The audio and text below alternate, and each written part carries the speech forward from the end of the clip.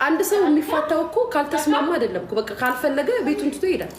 ሶ ምን ልላችሁ ፈልጌ ነው እንትን እያልኩት አይደለም። እንደ ሴት ልጅ ነገርኳችሁ። እኔ ሲንግል ነኝ። የተሰማኝን ነገር አለ፣ የሚሰማኝ ነገር ወደፊት የሚሰማኝ ነገር አለ። በትዳሬ በህይወቴ በቤቴ የሚሰማኝ ነገር አለ። ግን ደግሞ ማስቆማችሁ እሱ ፈልጎ ከሄደ ጋይስ ፈልጎ ከሄደ ማስቆም ትችላላችሁ? አትችሉም። ችግራችን እኛ ምንድነው አንድ ወንድ ልጅ ከሄደ በኋላ ብዙ ነገር እነሱ ላይ ነው የምንለጥፈው። ግን ደግሞ ስለሚገባቸው ነው የምንለጥፈውባቸው። በነገራችን ላይ ይገባቸዋል። ወንዶች ባይዘው ሁሉም ወቀሳ ይገባቸዋል። ትችትም ይገባቸዋል፣ ስድብም ይገባቸዋል፣ ዱላም ይገባቸው ወንዶች ነበሩ። ግን አሉንም እዚህ ሀገር ላይ ለማን ነው ዱላው ስድቡ? ለኛ። ከአንድ ዓመት በፊት ነበር አባይ ቲቪ ሰከላ የተሰኘው ፕሮግራም ላይ ቀርበው የገና በዓልን ምክንያት በማድረግ በተዘጋጀ የበዓል ፕሮግራም ላይ ዳጊና ሳምሶን ቤቢ እንግዳ ሆነው እየቀረቡት። በዚህ ፕሮግራም ላይ የነበራቸው ውህደት ልዩ ነበር። እንደዛም ሆኖ ግን ዳጊ የሆነ ቅሬታ እንደነበራት ጭላንጭል ምልከታ ታይቶባት ነበር። በዚህ ፕሮግራም ሳምሶን ታደሰ ቤቢ ኬክና ቀሚስ በመያዝ ሰርፕራይዝ አድርጓት ነበር። እሷ ደግሞ ውበቱ የተሰኘው ሙዚቃዋን ለሱ ታሳቢ ይሁንልኝ በማለት አቀንቅናለት ነበር። አንዳቸው ስለ አንዳቸው ሲገልጹም እሱ መልካም ሚስት፣ ጠንካራ ሰራተኛ፣ ያሰበችውን ሳታደርግ እንቅልፍ የማይወስዳት ሲል ይገልጻታል። እሷ ደግሞ ታሪክ አዋቂ፣ ኮሜዲያን፣ የሚያስቀኝ በአጠቃላይ ባህላዊና ኢትዮጵያዊ ሰው ነው ስትል ገለጸችው። ጋዜጠኛዋ ቲጂ ደግሞ ትዳር እንዴት ነው በማለት ላነሳቸው ጥያቄ የዳጊ መልስ አስደንግጧት ነበር። ወጣቶች ከማግባታቸው በፊት ሊያስቡበት ይገባል። ቀላል ነገር አይደለም። ሰዎች ስላደረጉት ብቻ ማግባት የለባቸውም። ደስተኛ የሚያደርጋቸው ከሆነ ብቻ ያድርጉት ስትል መለሰች። አንዲት በትዳሯ ደስተኛና ልቧ እረፍት የተሰማው ሴት። ውድ የጎላን ቪው ሚዲያ ተከታታዮቻችን ለዛሬው በመረጃ ሰዓታችን የምናየው ይህንን ጉዳይ ይሆናል። ለመሆኑ ዳግማዊት ፀሐዬም ያለችው ነገር አለ። ምን አለች የሚለውን በዚህ ቪዲዮ የምናስቀኛችሁ ይሆናል። አብራችሁን ቆዩ። እንዲህ ብላ ፈጽሞ ትዳር ልትገልጸው አትችልም ሲሉ በርካቶች አስተያየት ሰጡ። ታዲያ ይህ ፕሮግራም ከተላለፈ ከ2 ወራት በኋላ ስለ ሁለቱ ጥንዶች አልባሌ ነገር መስማት ተጀመረ። መጀመሪያ እሷ ከሌላ ወንድ ጋር ያውም ባለትዳር ከሆነ ሰው ጋር ማገጠች ተባለ።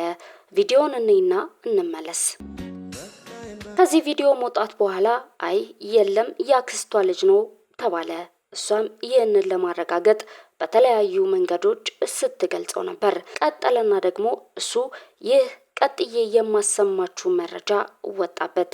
በእርግጥ ሳምሶን ታደሰ ቤቢ ሶሻል ሚዲያ ላይ በመውጣት ብዙ ሀሳብ የሚሰጥ አይነት አይደለም።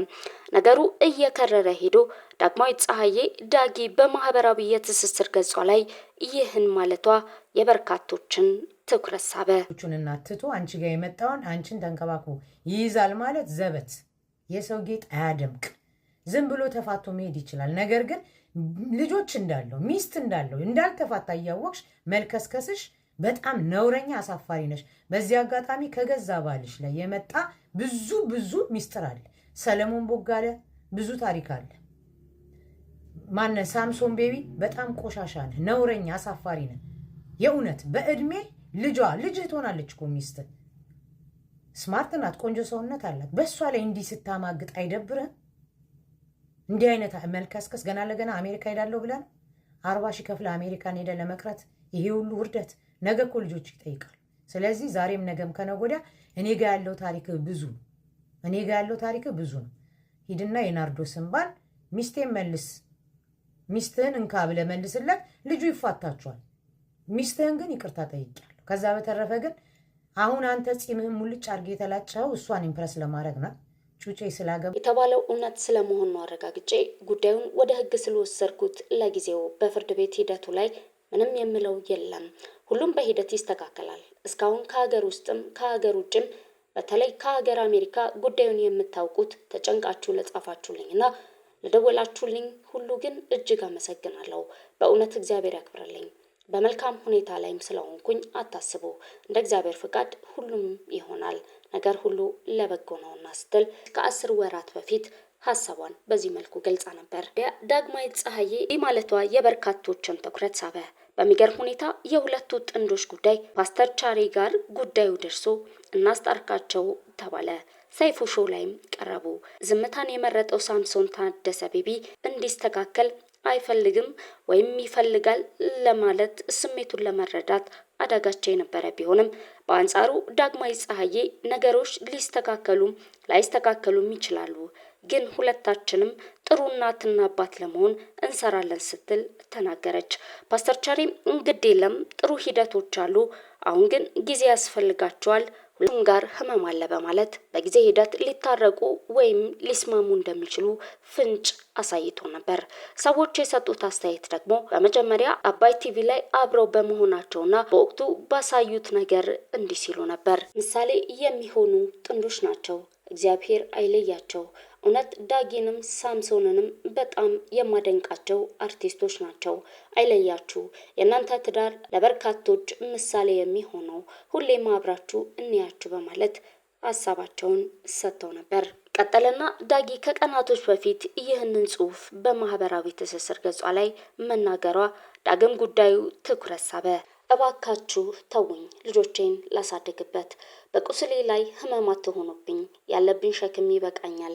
ይህ የተማጽኖ ቃል ለአንዳንድ ኃላፊነት ለጎደላቸው ቲክቶክ ላይቭ ተሰብስበው ቁጭ ብለው በግምትና በስሜታዊነት ባልተጨበጠ ነገር ጀጅ ለሚያደርጉ ሰዎች ነው። ብዙዎቻችሁ ሰሞኑን በውስጥ ኢንቦክስ እና እየደወላችሁ ልጆች ጥሎብሽ ሄደ፣ ሌላ አገባ፣ ተገላገልሽ፣ አይዞሽ በርቺ፣ አንቺ ጠንካራ እናት ነሽ። በነገራችሁ ላይ መጠንከርም አንዳንዴ ይከብዳል፣ ግን ፈጣሪ ይመስገን ከእግዚአብሔር ጋር ልጆቼን እያሳደግኩ ነው። ነገሮች ሁሉ መሆን ስላለባቸው ነው የሚሆኑት። ይገባኛል ምን ያህል አስባችሁ እኔን ለማጠንከር እንደሆነ። በዛ ላይ ከተለያዩ የሶሻል ሚዲያ ዜናዎች የእውነት ፍንጭ ያላቸውንም ሆነ የሐሰት መረጃ ስትሰሙ ግራ እንደምትጋቡና የተለያየ አይነት ጥያቄዎች እንደሚፈጥርባችሁ፣ አንዳንዶች እንደውም ያለምንም ማስረጃ ይሄን ሰማን ይሄን አየን ይላሉ። እውነታው ግን ትዳር ይታመማል፣ ይታከማል ወይ? አዎ እንደ እግዚአብሔር ፍቃድ ታክሞ ይድናል። ካንሰር ደረጃ ከደረሰ ግን በቃ ያበቃል፣ አይድንም። ስለዚህ ያለው አማራጭ በሰላም መለያየትና የልጆችን ግዴታ ኃላፊነት በአግባቡ መወጣት ይሆናል። ስለዚህ እኔም ይህንኑ እየተገበርኩ ነው። አንዳንዴ ለልጆች ብለን በትዳር ውስጥ አስፈላጊ መስዋዕትነት እንደምንከፍለው ሁሉ ለልጆች ሲባል ውድ ህይወትን ላለማጣትም መለያየት ይመረጣል። ምክንያቱም ልጆች ሁለቱንም ማጣት ስለሌለባቸው። ምናልባትም ሰሞኑን የምንሰማው አይነት ዜና የኔ ዕጣ ፈንታ ሊሆን ይችል ነበር። ከዛ ህዝቤ ምን ብሎ ይፈርዳል? ምን ነው መለያየት እያለ እና ምን ልላችሁ ፈልጌ ነው፣ በማናውቀው ነገር አንፍረድ ሲሆን ለሁላችንም ቀሪ ህይወት የተባረከ እንዲሆን በጸሎታችሁ አስቡን። የሆነ ሆኗል መስሎኝ ብዙ ጥር ያለው ከእንግዲህ ግን መታገል ደክሞኛል። ደግሞም ሁሉንም ነገር ለበጎ ነው። ስለ ሁሉም እግዚአብሔር ይመስገን። በአሁን ሰዓት የልጆቼን ቅርስ ለማትረፍ የተቻለኝን እየጣርኩ ነውና ጸልዩልኝ በማለት ነበር ሀሳቧን እያበቃችሁ። በዚህ አላበቃም የዳግማዊ ፀሐዬ ጉዳይ። አቶ አድናን በዚህ አላበቃም። አድናን የተባለ ግለሰብ ካላገኘሁሽ ብሎ እየዛተብኝ ነው፣ አግትሻለሁ በማለት የዛተባትን እንዲሁም ጸያፍ ስድቦችን የሰደባትን ድምጽ በማህበራዊ ገጽ ላይ አወጣችው። አንድ ነገር በሆነም ተጠያቂው እሱ ነው ስትል አጽንኦት ሰጥታ ተናገረች። እህታችሁ በሆንስ በእናንተ በእህቶቻችሁ በቤተሰቦቻችሁ ደርሶ ቢሆንስ ዝም ትሉ ነበር ወይ የሚል ጥያቄውንም አጋራች። አቶ አድናን ቀጠለና ደግሞ የለም የጓደኝነት ቀልድ ነው እንጂ ባለትዳር የልጅ አባት ነኝ፣ እባክሽ የተረዳሽበት መንገድ ልክ አይደለም ሲል ገለጸ። ይህ ጉዳይ በእንዲህ እንዳለ ነበር በትላንትናው የሰይፉ ሾው ላይ ቀርቦ አንጀቴን አስሬ ትዳሬን ለማቆም ደፋ ቀና ብያለው፣ ታግያለው፣ ለልጆቼ ጥሩ አባት፣ ለዳግም ጥሩ ባል ታማኝ፣ እርግዝና ላይ ስትሆን እግሯን ጎንበስ ብዬ የማጥብ፣ ሆስፒታል አብሬያት የሚሄድ፣ ልጆቼን እሷ ሳትኖር አጥቤ አስተኝቼ ተንከባክቤ ነበር የምኖረው። እህቴንም ሰብሬ ከሀገር እስክትወጣ ድረስ አድርሻታለሁ። የምችለውን ሁሉ ነገር አድርጌያለሁ። ስለ እሷ ክፉነት መናገር አልፈልግም፣ ግን የሚሰማው ነገር ሁሉ ውሸት ነው። አላገባሁም፣ አልማገጥኩም። አሁን ስራዬ ላይ ነው ትኩረት ማድረግ የምፈልገው በማለት ነገሩ እንዳበቃ እንደተፋቱ በይፋ ገለጸው። ይህንን ተከትሎም አሁንም ብዙዎች ሀሳብ በመስጠት ላይ ናቸው። ልጆች ማጫወት፣ ልጆች ራት ማብላት ወዘተ ጥሩ ባል አያስብልህም። አብራቸው ስለምትኖር ግዴታ ክም ጭምር ነው። ለታማኝነትህ ሚስት ብትናገር አሪፍ ነበር። ምክንያቱም ስለ ታማኝነትና መልካምነታችን ከራሳችን ይልቅ ሰው ሲመሰክር ነው ደስ የሚለው። በእርግጥ የአበሻ ጎጂ ባህላችን ሰው ሲሞት ነው መልካሙን ነገር የምናወራው። በህይወት እያለ ማመስገን አልለመደብንም። ለማንኛውም ገነት ንጋቱና ሙሉጌታ ተማሩ። እሷም የራሷ ችግር ይኖርባታል። ስለዚህ እሷ ናት እሱ ነው ከማለት አንዳንዴ መሸነፍን ልመዱና መስማማትን ሞክሩ።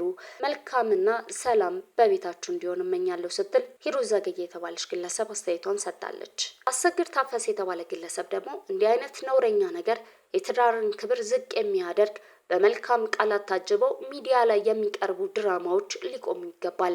ማህበረሰቡ መፋታትን እንደ ኖርማል ነገር አድርጎ እንዲቆጥረው የሚደረግ ሰይጣናዊ የሚዲያ ማስታወቂያ ሊቆም ይገባል። እንደዚህ አይነት ድርጊት በቀላሉ ማየት የለብንም። በማህበረሰቡ ውስጥ የምንፈጥረው መዘዝ ነገ እየከፋ ነው። ፍቺ ከወንዱ ይልቅ ሴቷ ላይ የሚያመጣው የስነ ልቦና ጫና ከባድ ነው። ፍቺ በእነሱ ህይወት በእርግጥ ምንም ተጽዕኖ ላያመጣ ይችላል፣ ግን የአብዛኛው ማህበረሰብ ውስጥ የሚያመጣው ተጽዕኖ ከባድ ነው። ስንት የሀገር ባለውለታ ሰዎች የተራበን የሚያበሉ የተጠማን የሚያጠጡ ሰዎች እያሉ ስለነዚህ ሰዎች ደጋግሞ ሰይፉ ራሱ ማቅረቡ በጣም ያሳፍራል።